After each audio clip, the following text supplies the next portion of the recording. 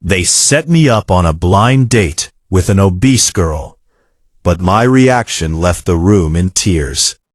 I still remember the way they looked at me that afternoon.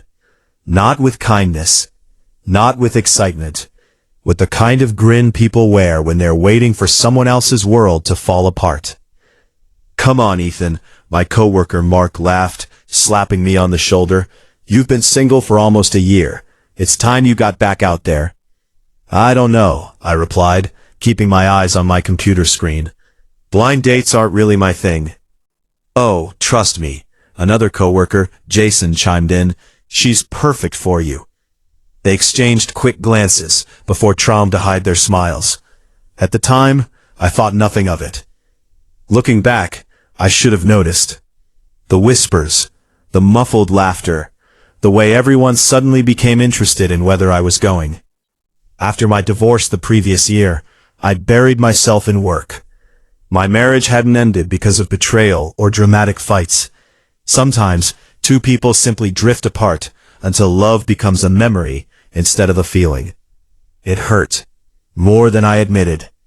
So when my coworkers insisted they knew someone kind, funny, and genuine, I finally gave in. One date. The office erupted into cheers. Now I know, they weren't celebrating my happiness. They were celebrating the joke. Friday evening arrived faster than I expected.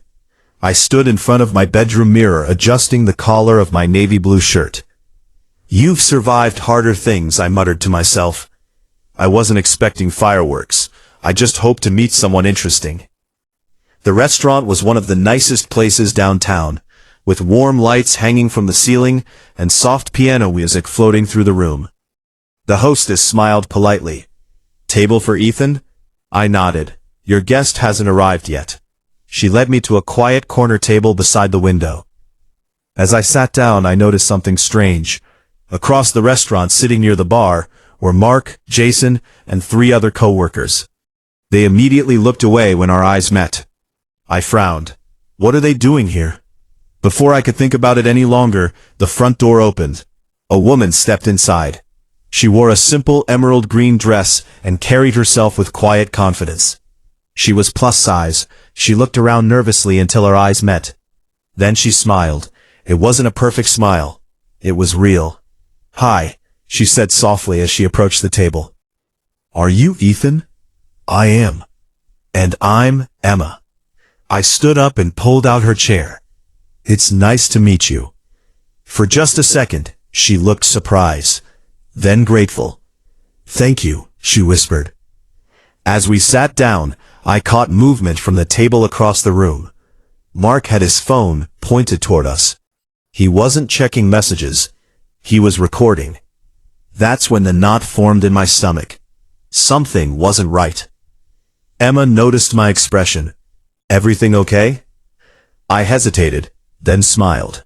"Just work stuff." She nodded, though I wasn't sure she believed me. The waiter arrived and took our drink orders. There was an awkward silence for a few moments before Emma laughed. "I'm terrible at first dates." I laughed too. "So am I." "Good. Why's that?"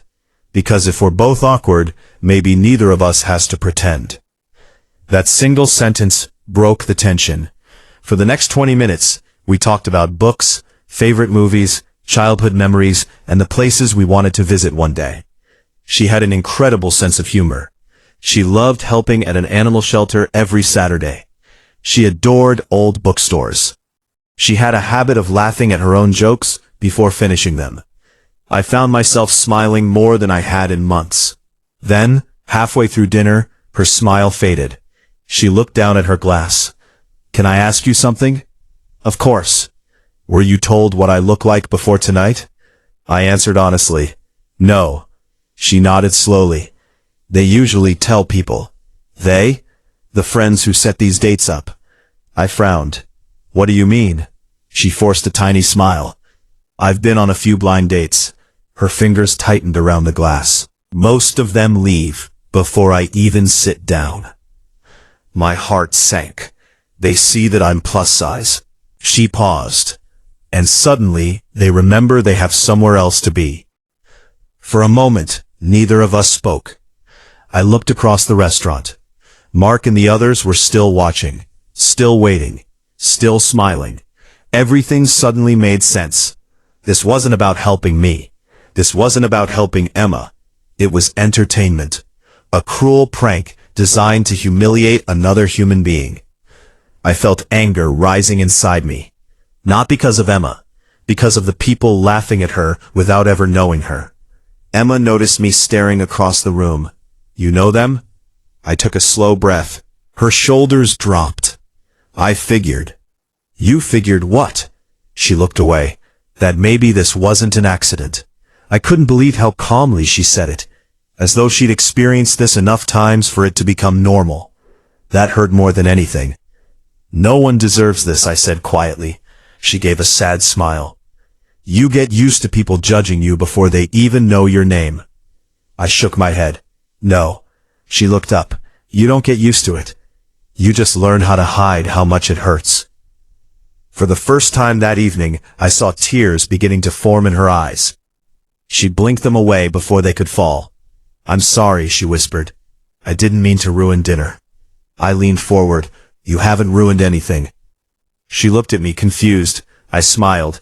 The only people who should be embarrassed tonight, I glanced toward my coworkers, are the ones who thought kindness was something to laugh at.